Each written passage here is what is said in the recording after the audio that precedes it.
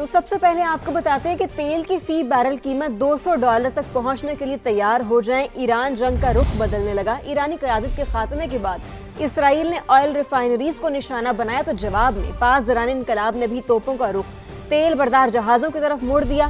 آبنہ Hormuz کے علاوہ دیگر مقامات پر بھی دنیا میں سپلائی کیے جانے والے جہازوں کو نشانہ بنایا جا رہا ہے۔ پاس زران انقلاب نے کھلم کھلا دھمکی دی ہے کہ ایران کی پالیسی اب پے در پہ حملے ہوگی۔ آبنہ ہرمز میں آنے والا ہر جہاز اور ٹینکر جائز ہدف تصور ہوگا۔ کہا کہ تیل کے ایک قطرے کو بھی گزرنے کی اجازت نہیں دیں گے۔ انٹرنیشنل انرجی ایجنسی کی جانب سے 400 ملین بیرل تیل ریلیز کرنے کا اعلان کیا تھا، لیکن تازہ حملوں میں عراق کی سمندری حدود میں تیل لے جانے والے بحری جہاز پر حملے کے بعد عالمی منڈی میں تیل کی قیمتیں پھر بڑھنے لگی ہیں۔ عمان پورٹ پر حملے کے بعد لگی خوفناک آگ اب تک نہیں بجھائی جا سکی۔ گزشتہ 24 گھنٹے میں 7% اضافے کے بعد امریکی خام تیل $95 فی بیرل جبکہ برطانوی برنٹ $100 سے بھی کراس کر گیا۔ پاکستان کی بات کریں تو کہا جا رہا ہے تیل کی کوئی قلت نہیں، پیٹرول اور ڈیزل کا بڑا سٹاک موجود ہے جو 20 دن تک چل سکتا ہے، جبکہ عمان سے خریدے گئے مزید 2 کارگو بھی شیڈول کے مطابق پہنچ جائیں گے۔ جب مسئلہ کوئی نہیں ہے تو پھر مسئلہ کیا ہے؟ اسکول کیوں بند کر دیے؟ کٹوتیاں کیوں کی جا رہی ہیں؟ آج انہی سوالوں کا جواب لیا جائے گا وزیر خزانہ اور وزیر پیٹرولیم سے سینٹ کی قائمہ کمیٹی میں۔ ٹرمپ کی بات بھی کر لیتے ہیں تو حیرت اس بات پر ہے کہ سپر پاور امریکہ کا صدر بار بار بیان بدل رہا ہے۔ ٹرمپ کبھی جنگ جیتنے کا دعویٰ کرتے ہیں تو کبھی کہتے ہیں کہ جنگ جاری ہے۔ کل یہ بھی کہہ دیا کہ تیل کی قیمتیں کم ہونا شروع ہو گئی ہیں، جبکہ تیل کی قیمتیں تو مسلسل بڑھ رہی ہیں۔ صدر ٹرمپ نے یہ بھی واضح کر دیا کہ ایران سے نکلنے میں کوئی جلدی نہیں ہے۔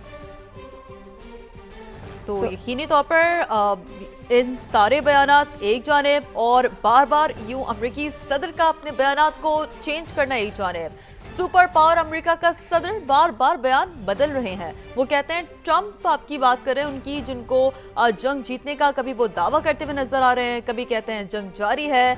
کل یہ بھی کہہ دیا کہ تیل کی قیمتیں کم ہونا شروع ہو گئی ہیں، جبکہ تیل کی قیمتیں تو مسلسل بڑھ رہی ہیں۔ صدر ٹرمپ نے یہ بھی واضح کر دیا کہ ایران سے نکلنے میں کوئی جلدی نہیں ہے، تو انہوں نے ایڈریس کیا، خطاب کیا، بیان بار بار بدلتے ہوئے نظر آ رہے ہیں۔ یو ٹرن ان کی جانب سے لیے گئے اپنے بیان سے، اور جو انہوں نے کہا وہ بھی ہم اپنے ناظرین کو بتا رہے ہیں کہ ٹرمپ کبھی یہ کہتے ہیں کہ ہم جنگ جیت چکے ہیں، اور کبھی وہ یہ کہتے ہیں کہ ہم جلدی اس حوالے سے پیچھے ہٹنا نہیں چاہ رہے۔ انہوں نے تو کل یہ بھی بات دہرا دی کہ تیل کی قیمتیں کم ہونا شروع ہو گئی ہیں، جبکہ تیل کی قیمتیں تو مسلسل بڑھ رہی ہیں۔ اور یقینی طور پر ٹرمپ کی بات کریں جنہوں نے یہ بھی واضح کر دیا ہے کہ ایران سے نکلنے میں ہمیں کوئی جلدی نہیں ہے، تو ایران کے خلاف جنگ جیت چکے لیکن جلدی نہیں ہے، صدر ٹرمپ نے ایسا کہا۔ انہوں نے یہ بھی بات کی کہ ہم نہیں چاہتے کہ ہر 2 سال بعد وہاں جانا پڑے، کام مکمل ہونے تک جنگ جاری رکھیں گے۔ ایران کی بحریہ، فضائی اور دفاعی نظام سب ختم کر دیا، ٹرمپ نے ایسا کہا۔ ہم امریکہ اور دنیا کے خطرے کو ختم کر دیں گے۔ تو ناظرین، بدترین سیاہ کارروائیوں اور گھناؤنے جرائم کو چھپانے کے لیے کہیں ایران جنگ تو نہیں چھیڑی گئی۔ امریکہ سمیت یورپ کے بعض حلقوں میں چہمگوئیاں ہونے لگی ہیں، اور اب حد تو یہ ہے کہ امریکی صدر کو بدنام زمانہ جنسی مجرم جیفری ایپسٹین سے تعلق کے الزام میں انہی کے ساتھ کھڑا کر دیا گیا ہے۔ جی ہاں ناظرین، مجسمے کی صورت میں ٹرمپ اور سزا یافتہ جنسی مجرم کا واشنگٹن میں لگایا جانے والا مجسمہ ہو بہو اسی انداز کا ہے جو مشہور فلم ٹائٹینک میں رومانوی سین کے دوران اپنایا گیا تھا۔ تو یہ آپ کو مجسمہ بھی دکھا رہے ہیں، ہم ویژولز بھی آپ تک پہنچا رہے ہیں، اور اسی تمام تر معاملے پر بات کریں گے۔ ڈاکٹر ساجد امین صاحب میں جوائن کر چکے ہیں۔ بہرحال ڈاکٹر ساجد صاحب، ابھی تو جو ہم دکھا رہے ہیں ایپسٹین فائل سے متعلق یہ بات تو اور ہے، لیکن کہیں نہ کہیں یہ کس طرح ڈاٹس اس کے کنیکٹ ہو سکتے ہیں، اس حوالے سے آگے چل کے بات کریں گے۔ لیکن سب سے بڑا بنیادی مسئلہ اس وقت ڈاکٹر ساجد صاحب یہ ہوا ہے کہ عالمی منڈی میں تیل کی قیمتیں پھر سے بڑھ رہی ہیں۔ آپ کے خیال میں کہاں تک جا سکتی ہیں یہ آئل پرائزز؟ کیونکہ اس وقت تو ہر عام آدمی کا یہی سوال ہے کہ آخر اس آئل پرائزز کا فیوچر کیا ہوگا؟